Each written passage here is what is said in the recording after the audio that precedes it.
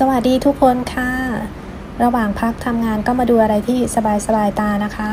ตากอากาศบางปูค่ะตรงปากกงกลางก็จะเห็นคลื่นทะเลขึ้นมาแบบนี้ค่ะแต่ถ้าใครจะมาเที่ยวก็ทายากันยุงไว้หน่อยนะคะเพราะว่ายุงเยอะมากๆเลยค่ะ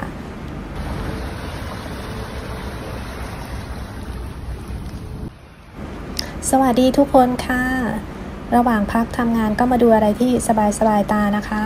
ตากอากาศบางปูค่ะตรงปากกงกลางก็จะเห็นคลื่นทะเลขึ้นมาแบบนี้ค่ะแต่ถ้าใครจะมาเที่ยวก็ทายากันยุงไว้หน่อยนะคะเพราะว่ายุงเยอะมากๆเลยค่ะ